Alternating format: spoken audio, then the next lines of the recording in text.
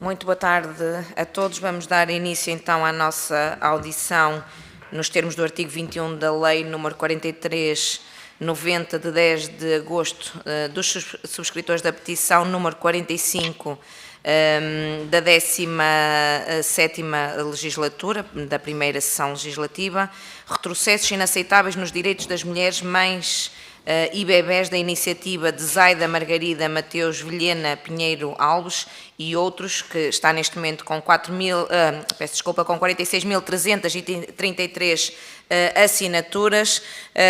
Dizer à senhora peticionária que estão presentes nesta reunião, e uma vez que que nos está a acompanhar à distância, temos representados os grupos parlamentares do PSD, do Chega, do PS e do PCP. Tem 10 minutos iniciais para apresentar a petição e dizer aquilo que bem entende relativamente a esta matéria. Depois vamos ter a intervenção dos senhores deputados de cada grupo parlamentar, que terão 5 minutos para intervir, e no final fecha a sua intervenção com as respostas aos seus deputados, também para uma intervenção final de 10 minutos. Sendo esta reunião marcada antes do plenário, eu vou adianto já a todas os senhores deputados e também, neste caso, à senhora peticionária, que vamos ser cumpridores do tempo, porque temos o plenário da Assembleia às 3 da tarde. Sem mais delongas, damos-lhe 10 minutos para a apresentação da petição. Tenha a palavra, por favor. Senhora Presidente da Comissão, senhoras e senhores deputados, trago hoje a esta Assembleia uma petição pública subscrita por mais de 45 mil cidadãs e cidadãos. Não são números abstratos, são mães, pais, famílias que vivem no corpo, na saúde e no dia-a-dia é aquilo que aqui se discute. Esta petição surge em reação à parte do Anteprojeto de Trabalho 21, no tocante ao conteúdo que representa um retrocesso sério e estrutural nos direitos das mulheres, das mães e das crianças em Portugal. Não estamos aqui perante ajustes técnicos, estamos perante escolhas políticas, escolhas que revelam prioridades, porque quando se escolhe-se sempre quem se protege e quem se sacrifica. O que hoje está em causa não são normas laborais. Estamos a falar de saúde pública, de infância, de igualdade de género, de dignidade humana e do próprio papel do Estado na proteção de quem cuida. Começo pela licença de amamentação. Talvez o exemplo mais claro de como este anteprojeto legisla contra a evidência científica, contra as boas práticas da saúde pública e, ironicamente, contra a realidade estatística que diz querer regular. A proposta de limitar a dispensa diária para a amamentação até aos 2 anos de idade da criança ignora a ciência, contraria recomendações internacionais e interfere de forma abusiva na autonomia das famílias. Mais grave ainda, fala sem que exista qualquer problema real que o justifique. A Organização Mundial da Saúde e a Unicef recomendam a amamentação exclusiva até aos 6 meses e a sua continuidade até aos 2 anos ou mais, enquanto a mãe e a criança o desejarem. Este ou mais não é uma expressão vaga nem ideológica, traduz um consenso científico sólido de que o desmame é um processo fisiológico, emocional e racional e não um prazo administrativo interposto por lei. A própria Ordem dos Médicos tem sido clara ao defender que a amamentação deve ser protegida e promovida e que não faz sentido criar retrocessos legislativos num direito que tem impacto direto na saúde materna e na saúde infantil. Não estamos a falar de um privilégio, estamos perante uma medida de saúde pública. E importa dizê-lo com frontalidade.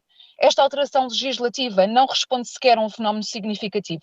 Em Portugal, menos de 5% das crianças continuam a ser amamentadas após os 2 anos de idade. Nem sequer existe um universo estatístico robusto que permita afirmar que este grupo representa um problema laboral, económico ou organizacional. Está-se, portanto, a legislar contra uma minoria residual, invisível e altamente vulnerável. Perante estes números, a pergunta que se impõe é: qual é exatamente o problema que se pretende resolver? Porque se apenas uma ínfima percentagem de bebés é amamentada para além dos 2 anos, o que a lei deveria fazer deveria ser não limitar estes direitos, mas criar condições para que este número aumente e, como tantas vezes se afirma, seja uma prioridade nacional de saúde e de natalidade. A evidência científica é clara quanto aos benefícios da amamentação prolongada. Para os bebés, traduz-se numa menor incidência de infecções respiratórias e gastrointestinais, menor risco de obesidade infantil, diabetes tipo 2 e doenças crónicas, melhor desenvolvimento do sistema imunitário e neurológico e maior segurança emocional e vínculo. Para as mães está associada a uma redução comprovada do risco do cancro da mama e do ovário, menor incidência de diabetes tipo 2 e doenças cardiovasculares, melhor recuperação do pós-parto e efeitos protetores relevantes ao nível da saúde mental, incluindo a depressão pós-parto. Para a sociedade, significa menos internamentos, menos custos para o Serviço Nacional de Saúde, menos absentismo laboral associado à doença infantil e melhores indicadores de saúde pública a médio e longo prazo. E ainda assim, em vez de reforçar políticas de apoio à parentalidade, este anteprojeto escolhe o caminho oposto: encurtar direitos, normalizar o desmame precoce e transferir para as famílias o custo da falta de condições estruturais.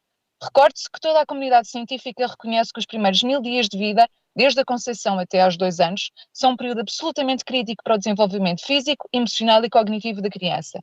E é precisamente neste intervalo que o Estado deveria intervir mais, proteger mais e apoiar melhor. Limitar este direito não é uma questão neutra.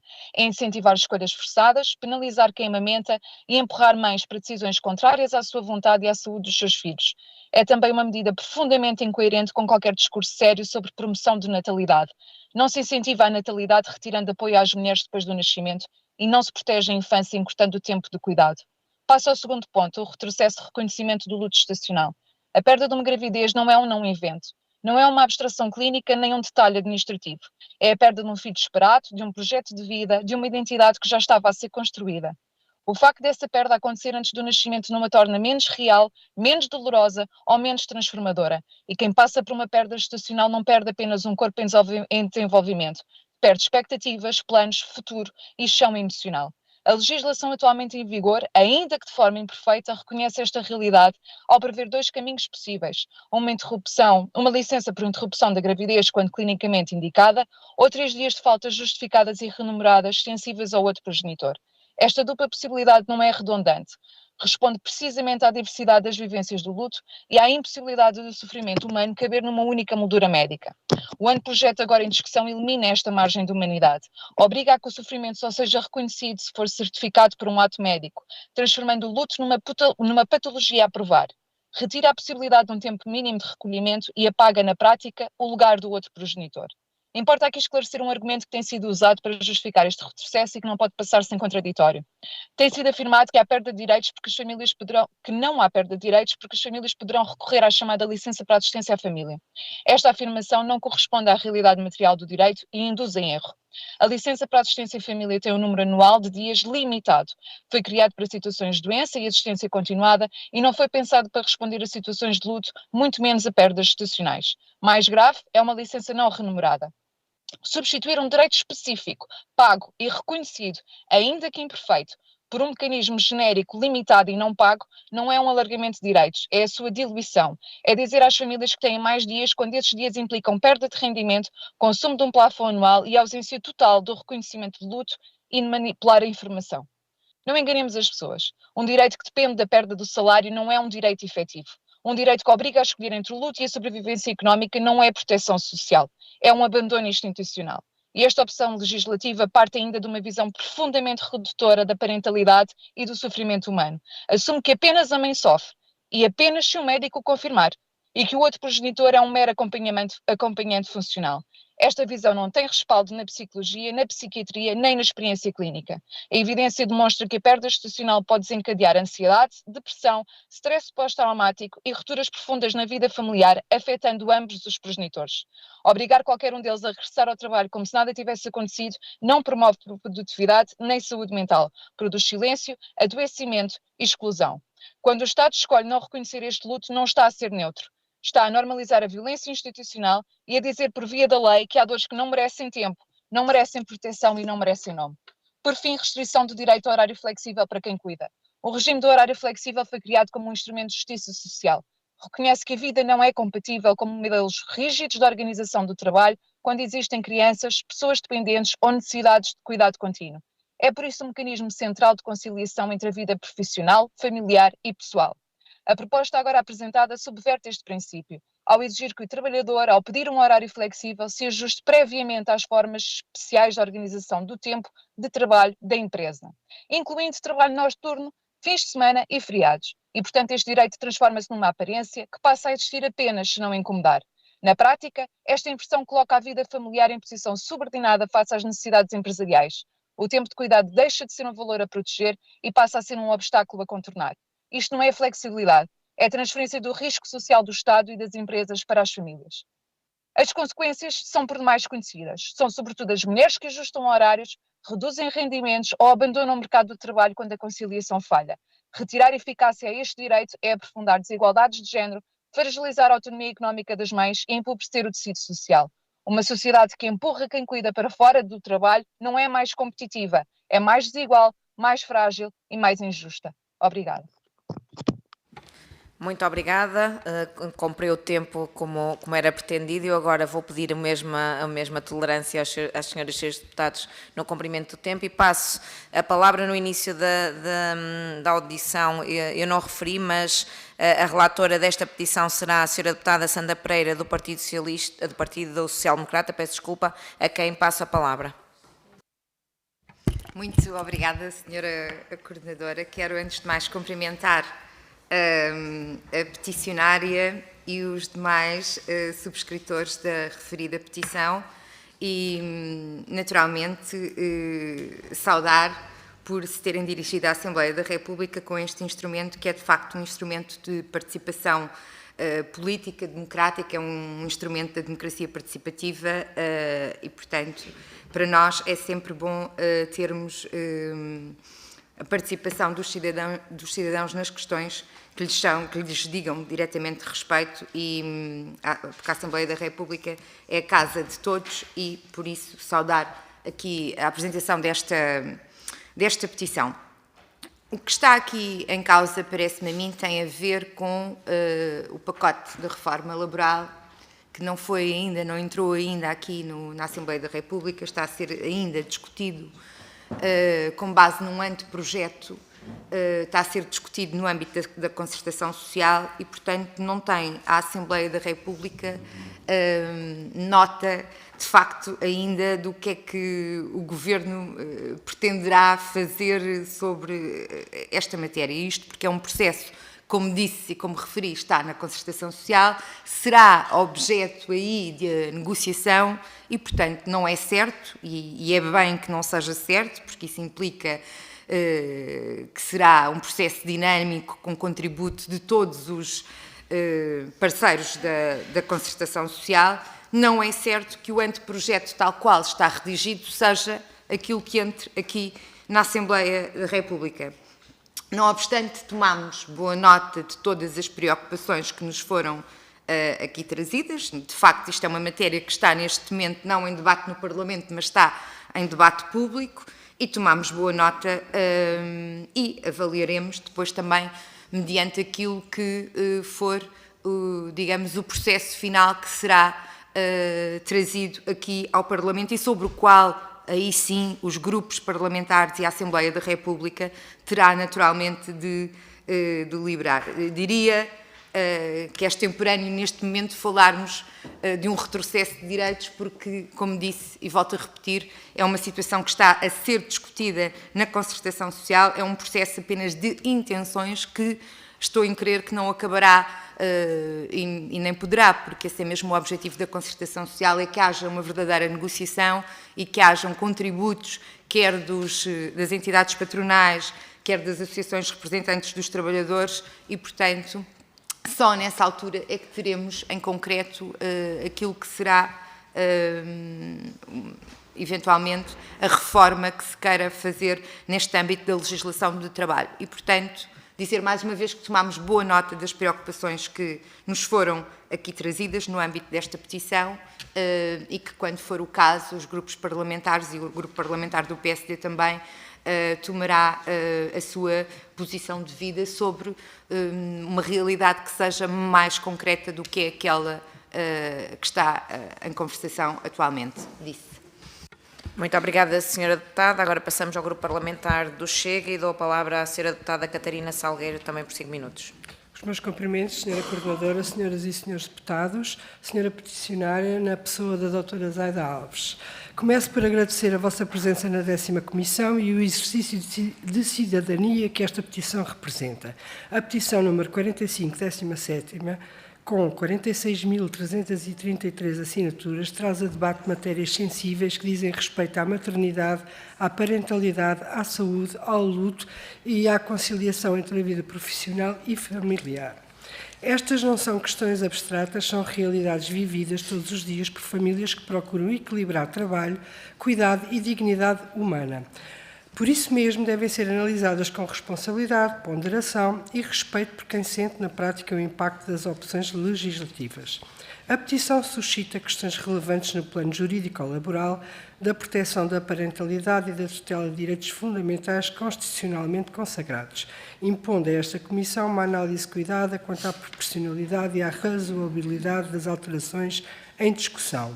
Estamos perante matérias que se cruzam designadamente com os princípios previstos nos artigos 59, 67 e 68 da Constituição da República Portuguesa, bem como com normas do direito do trabalho e compromissos internacionais assumidos pelo Estado português.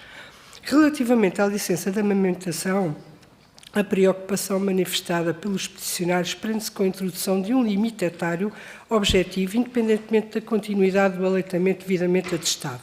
Tal opção legislativa suscita dúvidas quanto à sua fundamentação técnico-científica, bem como quanto à sua adequação e proporcionalidade, na medida em que poderá restringir um direito que visa a proteção da saúde da criança e da mãe, sem que seja claro o interesse público concreto que justifica essa restrição. No que concerne ao luto gestacional, a eliminação das faltas justificadas e remuneradas anteriormente previstas levanta uma questão de reconhecimento jurídico do impacto da perda gestacional, bem como da coerência do ordenamento jurídico laboral na proteção de situações de particular vulnerabilidade emocional e psicológica. Importa avaliar se esta alteração não configura uma redução injustificada do nível de proteção anteriormente assegurado.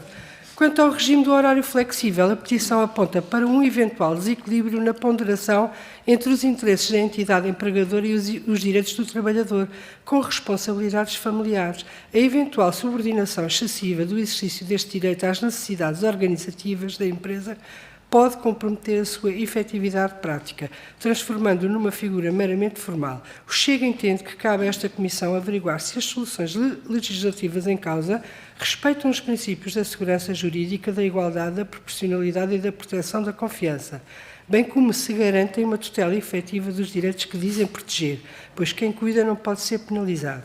Esta audição reveste-se por isso de especial relevância para apurar o impacto concreto das alterações propostas e para assegurar que qualquer intervenção legislativa se encontre devidamente fundamentada e equilibrada.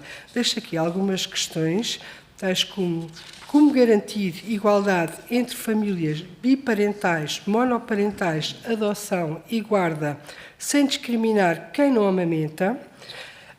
Relativamente ao horário flexível, quais os elementos essenciais que não devem ser alterados e como evitar o uso abusivo de recusas, que combinações consideram úteis a nível de teletrabalho parcial, trocas de turno, para reduzir conflitos no local e, por fim, que comparações internacionais apontam como boa prática e transponíveis para Portugal. Muito obrigada. Muito obrigada, Sra. Deputada. Passamos então ao Grupo Parlamentar do Partido Socialista e agora sim a Sra. Deputada Dália Miranda. Obrigada, Sra. Coordenadora, senhoras e senhores deputados. Eu quero começar por cumprimentar de forma muito especial e solidária a cidadã Zaida Alves, primeira subscritora desta petição, e através dela os 46.333 cidadãos que se mobilizaram. Este gesto é a prova da cidadania ativa e merece ser reconhecido. O que esta petição nos traz é inequívoco. Não podemos permitir retrocessos nos direitos das mulheres, das mães, dos bebés. E não podemos ignorar que foi precisamente o anúncio do chamado Pacote de Trabalho 21 pelo atual Governo, com medidas que apontam para a redução da proteção da maternidade, para a limitação da dispensa da amamentação e para o enfraquecimento do direito ao horário flexível, que levou milhares de cidadãos a reagir e a trazer esta causa ao Parlamento. Os peticionários pedem 3 garantias fundamentais: manter a dispensa para a amamentação enquanto durar o aleitamento, preservar as faltas justificadas e remuneradas em caso de perda gestacional e assegurar o direito ao horário flexível. Estes não são privilégios, são direitos já conquistados, com luta e coragem, consagrados na Constituição e no Código de Trabalho, direitos que não podem ser postos em causa por anúncios governamentais que podem significar um retrocesso. O Partido Socialista já mostrou a sua posição nesta matéria. Fê-lo através da Agenda do Trabalho Digno, que trouxe conquistas concretas, nomeadamente a consagração do direito ao luto gestacional, dando resposta a uma exigência antiga, reforçou a licença parental partilhada, promovendo corresponsabilidade, garantiu o teletrabalho para pais com filhos com deficiência, doença crónica ou oncológica, combateu a precariedade e valorizou a negociação coletiva, assim como reforçou os direitos dos cuidadores informais. O Partido Socialista não se limita a ouvir, age e legisla. Esta petição confirma que estamos no caminho certo, mas também nos lembra que é preciso estar vigilante, porque cada direito conquistado pode ser posto em causa. E perante isto o Partido Socialista reafirma o seu compromisso. Não haverá retrocessos. Não aceitaremos que os anúncios do Governo se transformem em perdas para as famílias. Não aceitaremos que a dignidade das mulheres e das crianças seja sacrificada. O que está em causa é simples e profundo. Garantir que a maternidade não é penalizada. Garantir que os bebés têm direitos a cuidados dignos. Garantir que as mulheres não são discriminadas no trabalho por serem mães. É transformar fragilidade em força coletiva. É dar confiança às famílias. É construir uma sociedade mais justa. Encerrando, sublinho, esta petição é a prova de que a cidadania está viva e exige resultados. O Partido Socialista já mostrou a sua posição, reitero, e continuará a transformar preocupações legítimas em respostas legislativas eficazes. Da nossa parte, não haverá retrocessos, haverá sim progresso, justiça e dignidade. Gostaria apenas de colocar uma questão, salvaguardando o que disse a Sra. Deputada Sandra, do PSD, não estamos a falar ainda de matérias fechadas, mas gostaria de saber qual é a vossa posição acerca do atual pacote que o Governo pretende implementar. Muito obrigada, Sra. Deputada. Vamos passar agora ao Grupo Parlamentar do Partido Comunista Português e dou a palavra ao Sr. Deputado Alfredo Maia, também por 5 minutos. Muito obrigado, Sra. Deputada Coordenadora, Srs. Deputados. Eu gostaria de saudar os peticionários, que são em número muito significativo, mas especialmente a primeira peticionária, desde logo pela exposição inicial que aqui nos fez, e fê-lo de uma forma emotiva, e essa emoção justifica-se não só pelo aperto de tempo que manifestamente todos temos, mas pelo que verdadeiramente sente e pelo que verdadeiramente representa e genuinamente representa no quadro desta petição. Eu gostaria de salientar, para além do proforma, de saudar a importância cívica da participação dos cidadãos através de petições dirigidas à Assembleia da República, mas também, quando é o caso, e foi recentemente, no que diz respeito à licença parental inicial, das iniciativas legislativas de cidadãos, essas iniciativas são para levar a sério. E não podemos limitar a tomar boa nota do que aqui nos é dito.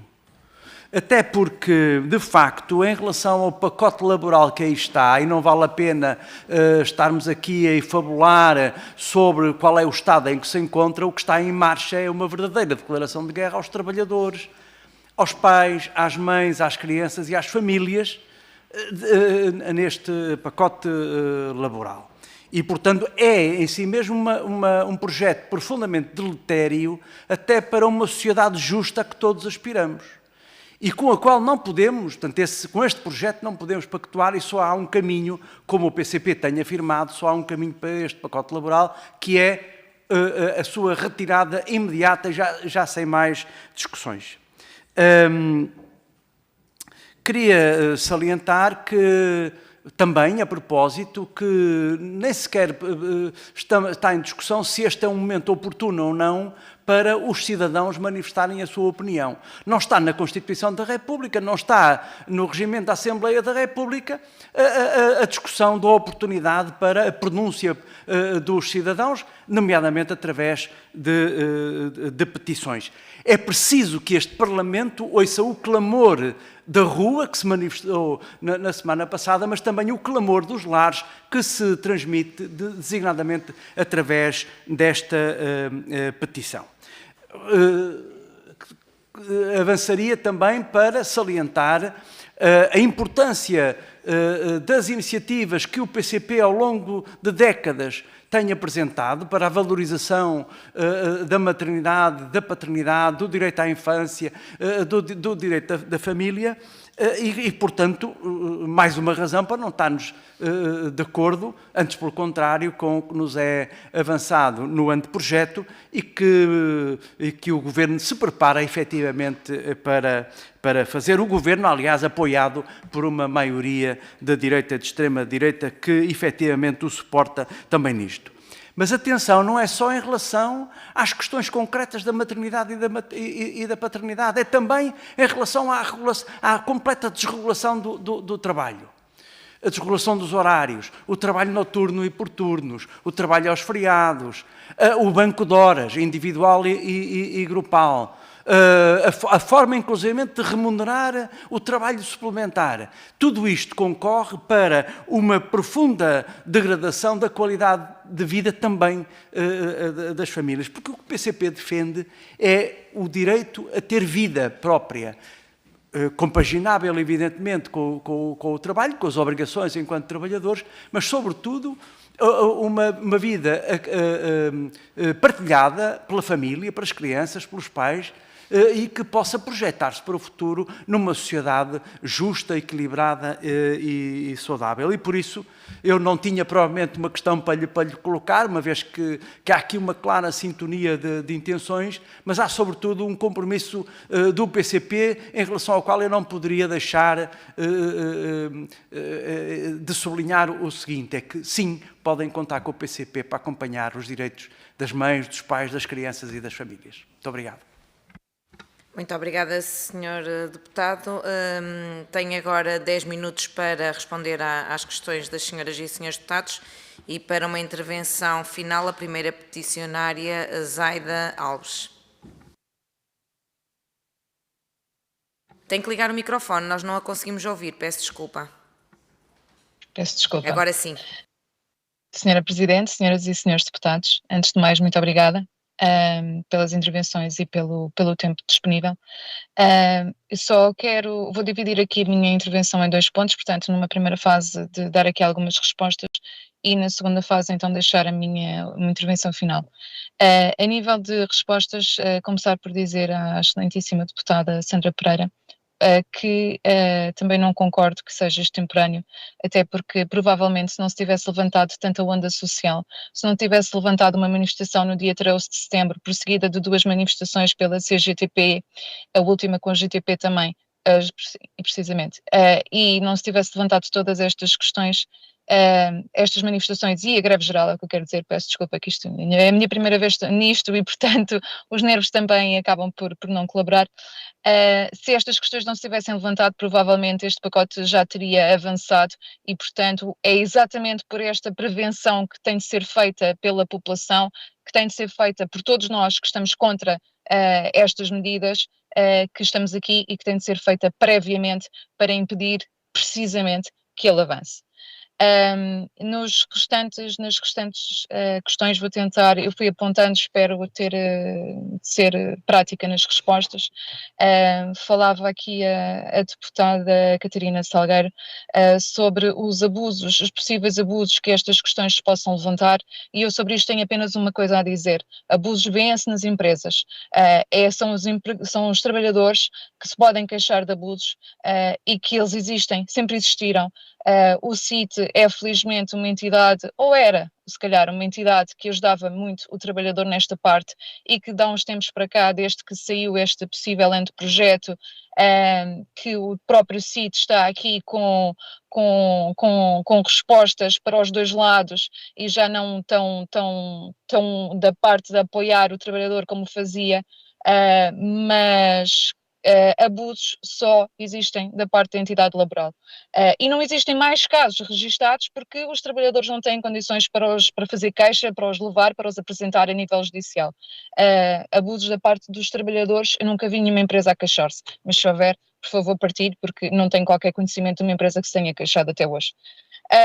Em relação à nossa posição sobre o pacote laboral, respondendo aqui à excelentíssima deputada do Partido Socialista, a nossa posição é absolutamente contra O pacote laboral é uma vergonha na sua totalidade. Esta petição foi feita 2 dias depois deste anteprojeto sair e, portanto, na altura foi só sublinhada para estes 3 pontos, porque eu sou mãe, porque eu sou trabalhadora e porque eu sinto isto tudo na pele, assim como as mais de 45 mil pessoas que assinaram esta petição. Mas posso dizer que reli todo o pacote, até porque fui uma das pessoas que, portanto, a manifestação de dia 13 de setembro, que foi logo marcada, foi promovida por 2 pessoas, uma das quais eu própria, e, portanto, li e reli todo este pacote laboral e somos contra a totalidade deste pacote laboral, que é uma vergonha para toda e qualquer trabalhador, mas em especial neste caso então para as mães, para os pais, para as famílias, para o futuro do país, porque é disto que se fala, é do futuro do país. Estas crianças, estes bebés serão o futuro do nosso país, e num país em que já estamos com um estado demográfico miserável, um país cada vez mais envelhecido e em que, em vez de apoiarmos e de criarmos condições para termos taxas de natalidade, para que consigamos ter uma segurança social a funcionar, para que consigamos ter um Estado de Direito a funcionar, aquilo que nós estamos a fazer é o oposto, a envelhecer cada vez mais e a deixar de forma desprotegida quem trabalha e quem cuida. E agora a intervenção final em si. Depois de ouvidas as várias intervenções, eu creio que importa regressar aqui ao essencial. Não ao essencial técnico, mas ao essencial político e humano. Esta petição não pede qualquer exceção, não pede privilégios, pede que o Estado não desista das suas responsabilidades fundamentais para quem gera, cuida, perde e sustenta a vida. Quando falamos de licença de amamentação, não estamos a falar de conforto individual, estamos a falar de saúde pública, de prevenção, de investimento social. Cada mês de amamentação apoiada representa menos infecções, menos idas às urgências, menos internamentos, menos custos para o Serviço Nacional de Saúde. Representa crianças mais saudáveis e mães mais protegidas. Retirar este apoio não liberta a economia, transfere custos. O que deixa de ser suportado pelo Estado passa a ser pago pelas famílias, em saúde, em rendimento e em desgaste emocional. E esta é uma escolha política e não uma inevitabilidade. O mesmo se aplica ao luto gestacional. Uma sociedade mede-se pela forma como trata a dor. E o que este projeto faz é dizer que há dores que só contam se forem clinicamente certificadas e outras que simplesmente não contam. Ao eliminar os dias de luto gestacional remunerados, o Estado empurra as mães e os pais para o silêncio, para a solidão e para a culpa. Culpa por sofrer, culpa por não conseguir trabalhar, culpa por precisar de tempo. Não reconhecer este luto não o elimina, apenas o torna invisível e tudo o que é invisível adoece. Quanto ao horário flexível, é importante dizer com clareza, não estamos a falar de organização empresarial, estamos a falar de equilíbrio democrático entre trabalho e vida. Quando o trabalhador é obrigado a adaptar-se integralmente às necessidades da empresa, o que se retira não é apenas flexibilidade, retira-se autonomia, retira-se presença parental e retira-se saúde mental. E sabemos quem é que paga este serviço, são maioritariamente as mulheres. São elas que reduzem horários, que recusam promoções, que abandonam carreiras. Cada retrocesso neste direito é um passo atrás na igualdade de género. Senhoras e senhores deputados, a Constituição da República Portuguesa é clara ao consagrar a proteção da maternidade, da paternidade, da infância e da família como deveres do Estado. Estes princípios não existem para tempos de abundância, existem precisamente para momentos de pressão económica e tentação de recuo. Legislar contra quem cuida não é modernizar o país, é empobrecê-lo. As mais de 45 mil pessoas que assinaram esta petição não esperam respostas vagas nem promessas futuras. Esperam que esta Assembleia esteja à altura do seu mandato democrático. Hoje, esta Casa pode escolher tratar o cuidado como um custo ou como um valor, tratar a maternidade como um obstáculo ou como um bem comum e tratar a dor como um incómodo ou como uma realidade humana. Não aceitamos retrocessos, não aceitamos que a produtividade valha mais do que a vida e não aceitamos que os direitos das mulheres sejam sempre o terreno de teste da austeridade. Com todo o respeito institucional, mas com a firmeza democrática, pedimos que rejeitem estes retrocessos e que escolham proteger quem sustenta o futuro deste país. Muito obrigada. Muito obrigada. Agradecer a todos o cumprimento dos tempos.